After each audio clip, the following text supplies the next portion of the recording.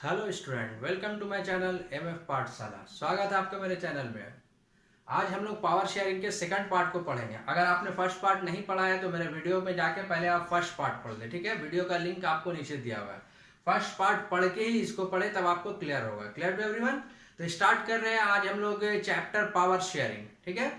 Power sharing के second part को हम लोग लास्ट क्लास में पढ़ चुके थे, एकदम शॉर्ट रिवीजन के साथ, कि श्रीलंका और बेल्जियम का इथनिक कंपोजिशन कैसा था। और एक पार्ट पढ़े थे उसमें कि श्रीलंका ने मेजोरिटेरियन फॉर्म ऑफ गवर्नमेंट को अपनाया था, और वो कैसा गवर्नमेंट था, सब कंट्री को क्या नुकसान हुआ, ये सब चीज हम लोग लास्ट क्लास में पढ़ चुके थे। आज हम लोग पढ़ेंगे पावर शेयरिंग का एकोमोडेशन इन बेल्जियम। जिस तरीके से हम लोगों ने पढ़ा कि श्रीलंका किस तरीके से सॉर्ट आउट किया था प्रॉब्लम को, आज वैसे ही हम लोग पढ़ेंगे कि बेल्जियम किस तरीके से प्रॉब्लम को सॉर्ट आउट किया। हम लोग पढ़ चुके हैं बेल्जियम कौन सा कंट्री है, कहाँ है, कितना आबादी, ये सब चीज हम लोग ऑलरेडी जानते हैं। Clear to everyone? तो स्टार्ट कर रहे हैं कि 1970 से 1993 तक बेल्जियम जो था वो अपने कॉन्स्टिट्यूशन में 4 बार अमेंडमेंट किया, 4 बार बदलाव किया, सुधार किया, चेंज किया। अमेंडमेंट बड़ा इंपॉर्टेंट वर्ड होता है। हमारे भी कॉन्स्टिट्यूशन में अधिकार दिया गया अमेंडमेंट का, और आज जब से कॉन्स्टिट्यूशन का इम्प्लीमेंटेशन हुआ है तब से अभी तक 100+ अमेंडमेंट्स हो चुका है हमारे कॉन्स्टिट्यूशन में। 100 से ज्यादा अमेंडमेंट्स हो चुका है, ठीक है। तो आज स्टार्ट कर रहे हैं। तो 1970 से 1993 तक कितना टाइम्स अमेंडमेंट हुआ? 4 टाइम्स। 4 टाइम्स जो अमेंडमेंट हुआ ये कॉन्स्टिट्यूशन को सुधारने के लिए हुआ, यानी वैसा कॉन्स्टिट्यूशन बनाने के लिए हुआ जो वहां पे रहने वाले Dutch speaking people, German speaking people और आपका फ्रेंच स्पीकिंग पीपल, ये सब को बेनिफिट पहुंचा सके और किसी के साथ पार्शियलिटी ना हो। जो तरीका श्रीलंका अपनाया था वो तरीका इन लोगों को अपनाना नहीं था। क्लियर है? तो सबसे पहले किया क्या, इसको समझते हैं हम लोग। तो थोड़ा सा यहाँ पे रिवीजन के तौर पे इसको समझ लेते हैं। 59% कितने लोग, कौन से लोग थे? डच थे। 40% कौन से लोग थे? फ्रेंच थे। वेरी गुड, बहुत अच्छा याद है आप लोगों को। अब 1% कौन से लोग थे? 1% आपका जर्मन थे। ये 3 अलग अलग स्पीकिंग पीपल था। इसको इतनी कंपोजिशन में हम लोग बांटे थे, ठीक है। तो ये 59%, 40% और 1%, ठीक है। लेकिन जब जो कैपिटल था ब्रुसेल, क्या नाम था कैपिटल का? ब्रुसेल। ब्रुसेल में उल्टा था। 80% कौन लोग थे? फ्रेंच लोग थे, और 20% कौन लोग थे? डच लोग थे। बहुत बढ़िया, क्लियर है सबको? तो अब किया क्या, किस तरीके से कॉन्स्टिट्यूशन में चेंज किया, इसको देखते हैं। सबसे पहला काम क्या किया कि भूल जाते हैं वहां के जो कॉन्स्टिट्यूशन में अमेंडमेंट करने वाले लोग थे, उन्होंने कहा कि भूल जाते हैं कि कितना डच है, कितना फ्रेंच है, ठीक है। जर्मन तो इग्नोर करके चल रहा था, ठीक है, क्योंकि 1% थे। मेन लड़ाई जो था वो डच और फ्रेंच का ही था। तो कितना डच है, कितना फ्रेंच है, इसको भूल जाते हैं। और करते हैं क्या कि इक्वल नंबर ऑफ लीडर्स लाते हैं। पहला अमेंडमेंट क्या था कि सेंट्रल गवर्नमेंट में, सेंट्रल गवर्नमेंट और स्टेट गवर्नमेंट समझ में आता है। अब इसके आगे फेडरलिज्म में हम लोग इसी के बारे में पढ़ेंगे, सेंट्रल गवर्नमेंट क्या होता है, स्टेट गवर्नमेंट क्या होता है, ठीक है। तो सेंट्रल गवर्नमेंट में, यानी जो वैसा गवर्नमेंट जो पूरे कंट्री के लिए होगा, उसमें number of leaders of Dutch और फ्रेंच दोनों क्या करते हैं? इक्वल कर देते हैं। यानी भूल जाते हैं कि 59% डच है, 40% फ्रेंच है, ये सब खत्म करते कहानी। जैसे अगर मान लीजिए 100 नेता बनेगा, 100 लीडर्स अगर रहेगा, तो 50 रहेगा डच से और 50 रहेगा फ्रेंच से। क्लियर है? आ रहा बात समझ में? पहला बदलाव ये था, पहला चेंज ये था। बहुत इंपॉर्टेंट टॉपिक है, ठीक है, ध्यान दीजिएगा।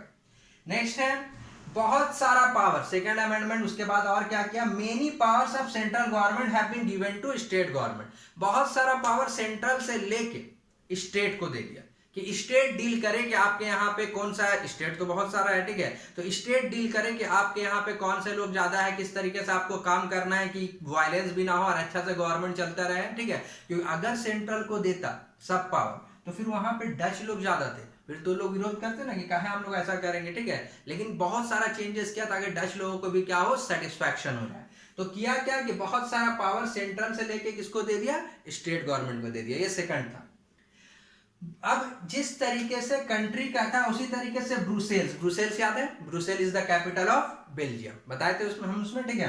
तो ब्रुसेल में क्या कॉन्सेप्ट था कि 80% फ्रेंच थे और 20% डच थे। यानी जो कंट्री में मेजोरिटी थे वो ब्रुसेल में माइनॉरिटी थे, और जो कंट्री में माइनॉरिटी थे वो ब्रुसेल में मेजोरिटी में थे।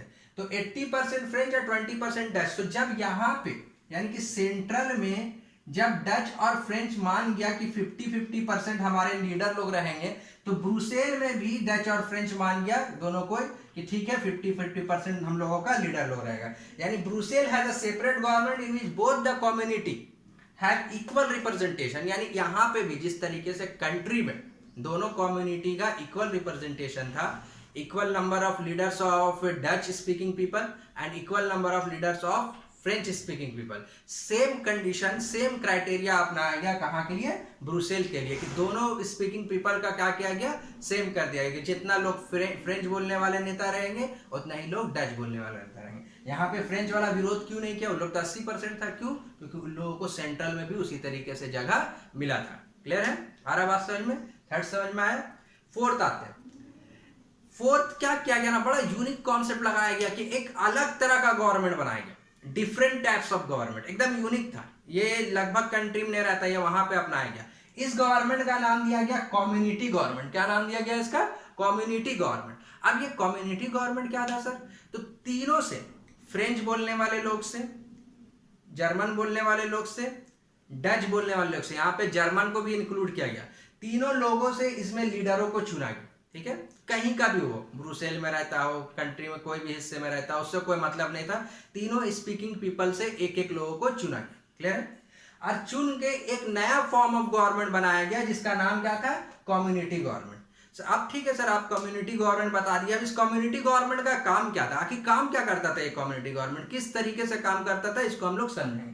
तो कम्युनिटी गवर्नमेंट का काम क्या था ना, एडुकेशन से रिलेटेड, बढ़िया समझिएगा, एडुकेशन से रिलेटेड, ठीक है, कल्चर से रिलेटेड और लैंग्वेज रिलेटेड इश्यूज, भाषा से रिलेटेड अगर कोई मसला, कोई प्रॉब्लम, ठीक है, क्रिएट होता था, या कोई डिस्कशन होता था, या कोई डिसीजन लेने का होता था, या कुछ सॉल्यूशन करने का होता था, तो इससे रिलेटेड जो भी डिसीजन होता था, कल्चरल से रिलेटेड, एडुकेशन से रिलेटेड और लैंग्वेज रिलेटेड इश्यूज, ठीक है, ये कम्युनिटी गवर्नमेंट लेता था। क्या था कम्युनिटी गवर्नमेंट, तीनों के एक एक लोग बोलने वाले, तीनों के लोग थे, तीनों लैंग्वेज बोलने वाले लोग उसमें शामिल होते थे। क्लियर है, अब बताइए, बड़ा इंपॉर्टेंट सवाल, आपने last class majoritarian form of government पढ़ा श्रीलंका में, ठीक है, पार्ट 1 में, जो कि हम बता चुके हैं, आप देख सकते हैं। अब फिर से बोल रहे, पहले पार्ट 1 पढ़ लीजिएगा, उसके बाद इसमें आइएगा। ठीक है, आपने लास्ट क्लास पढ़ा मेजोरिटेरियन फॉर्म ऑफ गवर्नमेंट, ठीक है, श्रीलंका का, और अभी आपने पढ़ा बेल्जियम का, किस तरीके से एकोमोडेशन हुआ, किस कौन सा फॉर्म ऑफ गवर्नमेंट बेल्जियम अपना है।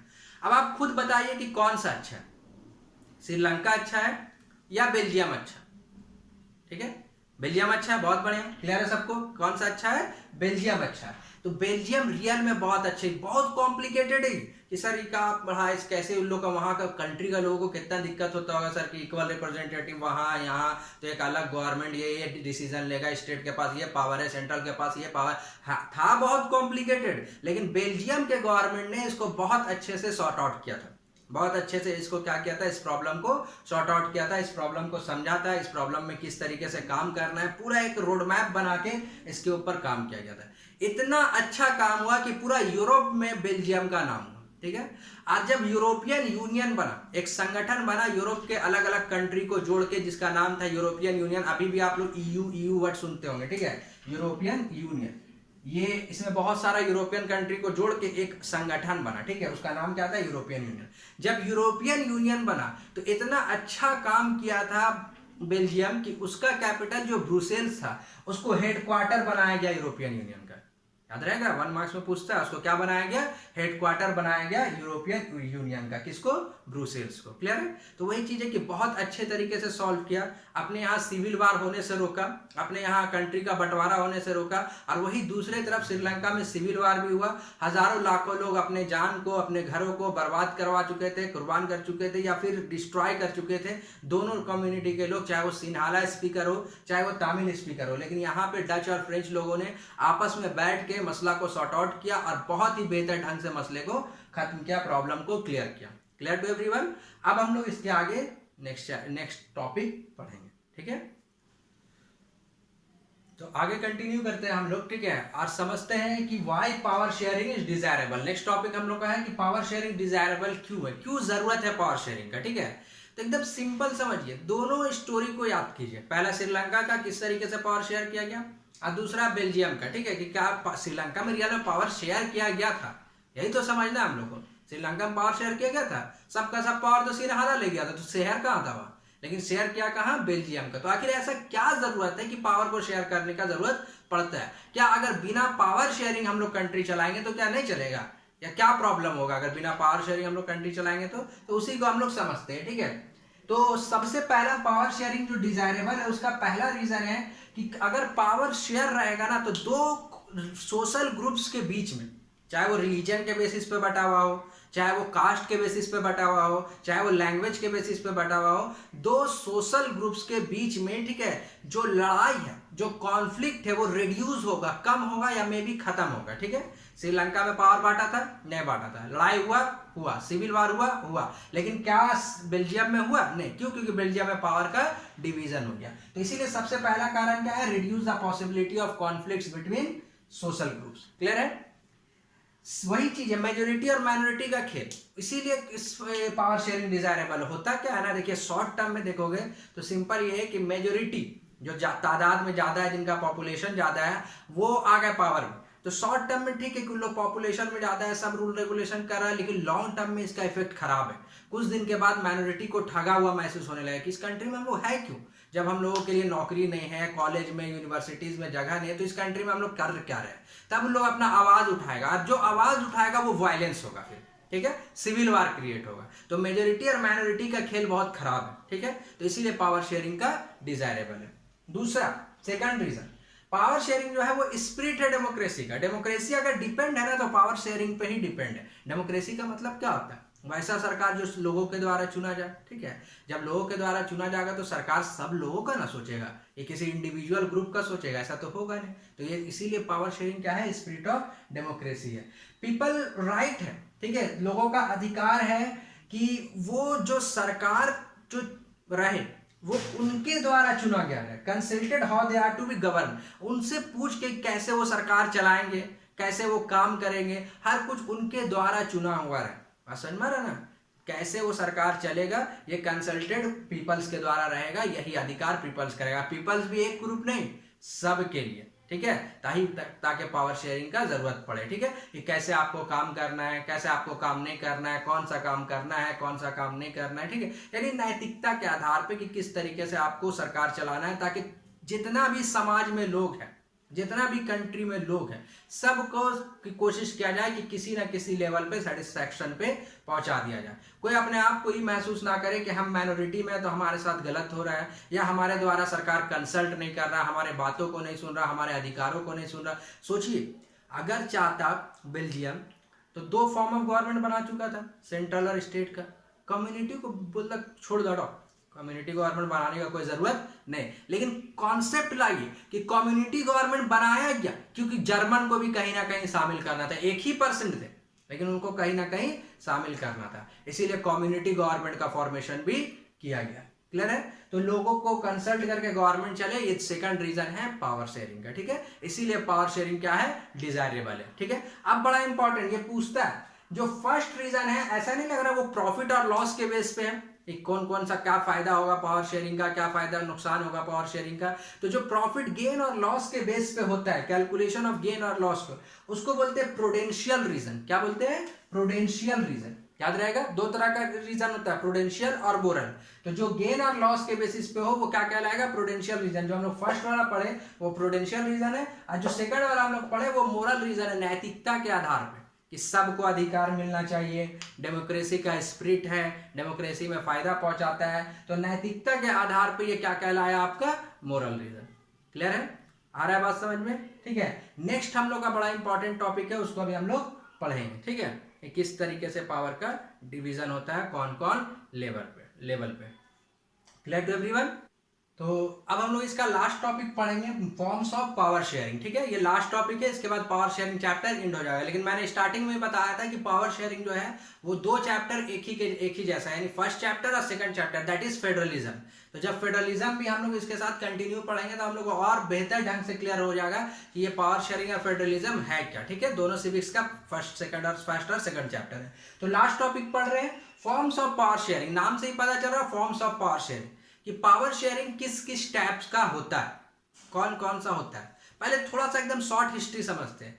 बहुत लंबे समय तक ये माना गया कि पावर जो है, ताकत जो है, वो किसी इंडिविजुअल के हाथ में रहे, किसी अकेला इंसान के हाथ में रहे या कुछ लोगों के हाथ में रहे, वो ज्यादा अच्छा है। ठीक है, लंबे समय तक यही माना गया। यानी कि कौन सा form of government? Monarchial form of government. कौन सा फॉर्म ऑफ गवर्नमेंट? डिक्टेटरशिप। ये सब फॉर्म ऑफ गवर्नमेंट लंबे समय तक माना गया कि एक इंसान के पास रहे या एक दो इंसान, चार इंसान, कुछ लोगों के पास रहे तो वो ठीक है। अब बोलोगे सर कैसे ठीक है वो? तो इसमें क्या होता है ना, डिसीजन लेने में आसानी होता है। अकेला इंसान है, बोल दिया कि यहाँ से यहाँ तक रोड बनेगा, उस कंट्री पे हमला करना है, करेंसी को चेंज करना है, कुछ भी बोल दिया, अकेला इंसान है तो ठीक है। तो जब अकेला इंसान कुछ भी बोल दिया तो तुरंत इंप्लीमेंट होगा, क्योंकि ना उसके अगेंस्ट में कोई है, ना कोई बोलने जा रहा उसके अगेंस्ट में। तो वही चीज है कि जब अकेला इंसान रहता था तो लंबे समय तक यह माना गया कि वो पावर शेयरिंग करने का कोई जरूरत इसमें नहीं। लेकिन जैसे जैसे वक्त बदला, डेमोक्रेसी का जो कॉन्सेप्ट आया, डेमोक्रेसी, उस कॉन्सेप्ट के बाद ये रखा गया कि पावर शेयरिंग बहुत जरूरी है। ठीक है, अब पावर शेयरिंग भी अलग अलग तरीके का होने लगा। किस किस तरीके का पावर शेयरिंग होने लगा इसमें हम लोग पढ़ेंगे। तो सबसे पहला है power sharing among different organs of government. Different organs of government हम लोग क्लास 8 से पढ़ते आ रहे हैं। गवर्नमेंट का ऑर्गन बहुत अलग अलग तरह का होता है, लेजिस्लेटिव, एग्जीक्यूटिव, जुडिशरी। ठीक है, लेजिस्लेटिव जो कानून बनाता है, अभी शॉर्ट में एकदम पढ़ रहे हैं, आगे डिटेल पढ़ेंगे, पहले भी पढ़े होंगे। ठीक है, क्लास 9 में भी 8 में भी। लेजिस्लेटिव जो कानून बनाता है, एग्जीक्यूटिव जो इम्प्लीमेंट करता है, और जुडिशरी जो डिसीजन लेता है कि कानून ढंग से चल रहा है कि नहीं, या अगर उस कानून का कोई उल्लंघन करता है तो उसके अगेंस्ट में वो क्या बोलते हैं कि पनिशमेंट देता है, या जो भी सजा होता है वो देता है। ठीक है, तो ये डिफरेंट ऑर्गन्स ऑफ गवर्नमेंट में पावर का शेयर, तीनों एक ही लेवल पे। ठीक है, लेकिन तीनों का पावर क्या है? डिफाइंड बाय द कॉन्स्टिट्यूशन है, और तीनों कहीं ना कहीं एक दूसरे पे नजर रखता है। हम लोग देखते हैं कभी कभी सुप्रीम कोर्ट बोलता है संविधान, पार्लियामेंट हाउस को कि इस तरीके से ये कानून गलत है, इसमें चेंज कीजिए, इसमें सुधार कीजिए। ठीक है, एग्जीक्यूटिव के खिलाफ लेजिस्लेटिव खड़ा हो जाता है, कभी कभी एग्जीक्यूटिव कभी कभी लेजिस्लेटिव के अगेंस्ट में जाता है। अगेंस्ट में इन द सेंस कि उसको एहसास दिलाता है कि you are not a super power, कि आप जो चाहो वो कर सकते हैं। एकदम नहीं, you are not a super power, आप एकदम सुपर पावर नहीं कि जो आपका मन हो वो आप कर सकते हो। ठीक है, तो इसीलिए वो लोग क्या करता है कि तीनों एक दूसरे को चेक करते रहता है। बात समझ में आ रहा है? क्लियर है? तो इसीलिए इसको चेक एंड बैलेंस भी बोलते हैं, कि चेक करना और बैलेंस करके रखना। ऐसा ना हो कि एग्जीक्यूटिव अपने आप को एकदम भगवान समझने लगे कि मेरे से ऊपर कोई है ही नहीं, जो मन चाहेगा वो कानून लाएंगे, जैसे मन चाहेगा वैसे लोगों को ट्रीट करेंगे। एकदम नहीं। क्या होता है, पार्लियामेंट हाउस उस पर नजर रख के रहता है, सवाल करता है, क्वेश्चन आवर होता है, 0 आवर होता है, कानून पास करवाना पड़ता है, अपने मन मुताबिक कुछ भी नहीं होता है। Clear to everyone? तो इसको क्या बोलते हैं हम लोग? Check and balance. और ये जो पावर शेयरिंग है डिफरेंट ऑर्गन्स ऑफ गवर्नमेंट में, इसको हॉरिजॉन्टल पावर शेयरिंग बोलते हैं। क्या बोलते हैं? Horizontal power sharing. एक लाइन में सब कोई है और सबको पावर शेयर कर दिया गया है। अब power is defined by the constitution. Constitution में लिखा हुआ है कि लेजिस्लेटिव का कितना ताकत है, एग्जीक्यूटिव का क्या क्या ताकत है, जुडिशरी का क्या क्या ताकत है। क्लियर है पहला पॉइंट? ठीक है, सेकंड पॉइंट में आते हैं। Among different level of government, second जो हम लोग का चैप्टर है ना, पूरा इसी के बेस पे। Among different level of government, level of government यानी अलग अलग लेवल गवर्नमेंट का। सबसे ऊपर का गवर्नमेंट सेंट्रल गवर्नमेंट, उसके नीचे गवर्नमेंट स्टेट गवर्नमेंट। बहुत सारे कंट्री में सिर्फ सेंट्रल गवर्नमेंट रहता है, बहुत सारे कंट्री में सेंट्रल और स्टेट गवर्नमेंट दोनों रहता है। ठीक है, हमारे यहाँ पे और भी कुछ कंट्री में 3 लेवल ऑफ गवर्नमेंट है। कितना लेवल है government? 3 level of government, central government, state government और लोकल गवर्नमेंट। वार्ड कमिश्नर वगैरह होता है ना, वार्ड कमिश्नर, मुखिया, ये लोग लोकल गवर्नमेंट में आते हैं। देख रहे पावर ऊपर से नीचे आ रहा है। ठीक है, तो ये वर्टिकल पावर शेयरिंग कहलाता है। क्या कहलाता है? ये वर्टिकल पावर शेयरिंग। और इन तीनों का क्या क्या क्षमता है, क्या क्या ताकत है, हम लोग तो सेकंड चैप्टर में पढ़ेंगे यार। हम लोग पहले ही पढ़े कि ये कॉन्स्टिट्यूशन में लिस्ट बना हुआ है, यूनियन लिस्ट, ठीक है, स्टेट लिस्ट, कंकरेंट लिस्ट, और पावर बता दिया गया है कि सेंट्रल का क्या पावर है, स्टेट का क्या पावर है, और कुछ पावर स्टेट से लेके किसको दे दिया गया है? लोकल गवर्नमेंट को दे दिया गया है। इसके बारे में हम लोग नेक्स्ट चैप्टर में पढ़ेंगे। तो ये वर्टिकल पावर शेयरिंग कहलाया among different level of government. Clear? Second point सबको याद रहेगा। थर्ड आते हैं अमंग डिफरेंट सोशल ग्रुप, सामाजिक ग्रुप के अकॉर्डिंग। ठीक है, याद करो बेल्जियम में था सामाजिक ग्रुप, एक अलग फॉर्म ऑफ गवर्नमेंट बना था, कम्युनिटी गवर्नमेंट। उसको पावर दिया गया था कि कल्चरल से रिलेटेड, एजुकेशन से रिलेटेड, लैंग्वेज से रिलेटेड डिसीजन आप लीजिए। ठीक है, समझ में आ रहा है? तो वो क्या कहलाया? Different social community, different social group के अकॉर्डिंग। हमारे यहाँ पे भी होता है। आप बोलो सर हमारे यहाँ तो कोई कम्युनिटी गवर्नमेंट है नहीं, तो हमारे यहाँ कैसे आप बोल रहे कि होता है? हमारे यहाँ रिजर्वेशन दिया जाता है। ये आता है ना कि दलित लोग होगा क्या, या फिर माइनॉरिटी या दलित खास करके, या फिर कोई भी लोअर कास्ट के लोगों को, ऐसे तो कॉन्स्टिट्यूशन के अकॉर्डिंग है, ठीक है। तो जो भी SC ST schedule caste schedule tribe, जिसको हम लोग जनरली दलित वगैरह बोलते हैं, तो उन लोगों को भी सरकार में आने का मौका मिलना चाहिए, ठीक है। तो इसके लिए क्या किया गया, बहुत बेहतर ढंग से हमारे कॉन्स्टिट्यूशन में रिजर्वेशन का कॉन्सेप्ट लाया गया, ताकि जो पिछड़े समाज के लोग हैं, जिनको बराबरी का दर्जा मिला नहीं अपने धर्म में, अपने कंट्री में, ठीक है, उनको बराबरी का दर्जा मिल सके, ठीक है। तो इसके ऊपर भी हम लोग बहुत लंबा चौड़ा डिस्कशन करेंगे आगे का चैप्टर में, जेंडर, रिलीजन एंड कास्ट में, ठीक है, कि उन लोगों को रिजर्वेशन दिया गया ताकि वो लोग, जैसा कि हम लोग जानते हैं कि हमारे यहाँ पे सीट जो है वो रिजर्व है, शेड्यूल कास्ट के लिए भी, शेड्यूल ट्राइब्स के लिए भी। इसके बारे में हम लोग आगे पढ़ेंगे, ठीक है, कि उन लोग उतना सीट में सिर्फ शेड्यूल कास्ट के लोग ही लड़ सकते हैं, उतना सीट में सिर्फ शेड्यूल ट्राइब्स के लोग ही लड़ सकते हैं, वही लोग हारेंगे, वही लोग जीतेंगे। तो ये डिफरेंट सोशल ग्रुप के अकॉर्डिंग पावर को डिवीजन किया गया। ये थर्ड है, इसका एग्जाम्पल है कम्युनिटी गवर्नमेंट। और हमारे यहाँ जो रिजर्वेशन के अकॉर्डिंग दिया जाता है डिफरेंट कास्ट वमेन लोगों को रिजर्वेशन, ये सब हम जानते हैं ना। 1/3 रिजर्व है इसमें, लोकल गवर्नमेंट में 1/3 सीट रिजर्व है वमेनों के लिए, ठीक है। तो ये किस में आएगा आपका, different social group. Last topic chapter end हो जाएगा, पावर शेयरिंग, ठीक है। Arrangement can also be seen in the way political parties, pressure group and movement controls. इन लोगों के तरफ से भी पावर शेयरिंग देखा जाता है। किस तरीके से पॉलिटिकल पार्टीज पावर शेयरिंग कर रहे हैं, मतलब पॉलिटिकल पार्टीज, हाँ ठीक है, किस तरीके से प्रेशर ग्रुप का दबाव है इससे पावर शेयरिंग में, और किस तरीके से मूवमेंट किया जा रहा है। क्लियर है सबको। यहाँ पे कंपटीशन होता है डिफरेंट पॉलिटिकल पार्टीज में। एक चीज जान लो, हमारे हिंदुस्तान में कोई भी परमानेंट नहीं, परमानेंट इन द सेंस हमेशा के लिए नहीं। कांग्रेस का सरकार था, बीजेपी का सरकार आया, फिर कांग्रेस का सरकार आया, फिर बीजेपी का सरकार आ गया, यानी कोई परमानेंट नहीं है। और वो भी कोलिजन गवर्नमेंट बन रहा है आज के डेट में, तो कोलिजन गवर्नमेंट बन रहा है। बहुत साल बाद ऐसा हुआ है इस बार, ठीक है, कि कोई सिंगल मेजोरिटी पार्टी जीत के आ गया। तो हमेशा हम लोग क्या देखते थे कि 2 या 2 से ज्यादा पार्टी मिलके एक साथ सरकार बनाता था। इसको अलायंस बोलते हैं, इसी को कोलिजन गवर्नमेंट बोलते हैं। कौन सा गवर्नमेंट बोलते हैं, कोलिजन गवर्नमेंट। आगे इसके बारे में बहुत डिटेल हम लोग पढ़ेंगे कि कोलिजन गवर्नमेंट क्या होता है, ठीक है। 2 या 2 से ज्यादा पार्टी मिलकर अगर सरकार बनाए तो वो कोलिजन गवर्नमेंट कहलाता है। और सरकार परमानेंट नहीं है। जब सरकार परमानेंट नहीं है, ठीक है, तो सरकार का पावर क्या होता है, कभी एक इसके पास, कभी उसके पास, कभी इसके पास, कभी उसके पास, और वो अपना मन चाहा कुछ भी कर नहीं सकते, क्योंकि उसको पता होना चाहिए कि हर 5 साल में इलेक्शन होगा। अगर इलेक्शन नहीं भी हुआ और कोलिजन है, मेरा कोई पार्टी के लोग हट गए, यानी मेरे कोई सपोर्टर जो अगला पार्टी का जो लोग है वो हट गए, तो सरकार क्या होगा, गिर जाएगा। अभी फिर से इलेक्शन हो जाएगा, 5 साल का इंतजार नहीं करना पड़ेगा। तो इस तरीके से अलग अलग, अब देखो बहुत सारा इंटरेस्ट ग्रुप भी आता है इसमें। इंटरेस्ट ग्रुप कौन होता है, तो बिजनेसमैन लोग, ट्रेडर्स लोग, आपका फार्मर्स लोग, ये इंटरेस्ट ग्रुप होता है। कुछ ऐसा ऑर्गेनाइजेशन होता है जिसमें इन लोगों को जगह दिया जाता है और इन लोगों से सलाह मशवरा किया जाता है। इन लोगों का भी सजेशन को माना जाता है, इन्फ्लुएंस करता है। और कभी कभी लोग इनडायरेक्ट वे में अपना इन्फ्लुएंस रखता है, खास करके फार्मर्स लोग। हमेशा कभी भी इलेक्शन होगा ना, सुनोगे कर्ज माफ कर दिया जाएगा, कर्ज माफ कर दिया जाएगा। इसको सबसे बड़ा नारा लगाया जाता है हर इलेक्शन में, कर्ज माफ करने का, ठीक है। तो ये कहाँ से आता है, उन लोग का तो इन्फ्लुएंस कर रहा है ना, साइड से ही इन्फ्लुएंस कर रहा है, डायरेक्ट नहीं इन्फ्लुएंस कर रहा, साइड से इन्फ्लुएंस कर रहा है। तो इस तरीके से भी पावर शेयरिंग को देखा जाता है। थोड़ा कॉम्प्लिकेटेड है, नेक्स्ट चैप्टर में हम लोग इसको बहुत डिटेल में पढ़ेंगे कि ये अरेंजमेंट कहने का क्या मतलब, आगे इसके बारे में हम लोग पढ़ते रहेंगे। तो ये आपका चैप्टर पावर शेयरिंग एंड हो गया। क्लियर है सबको, ठीक है।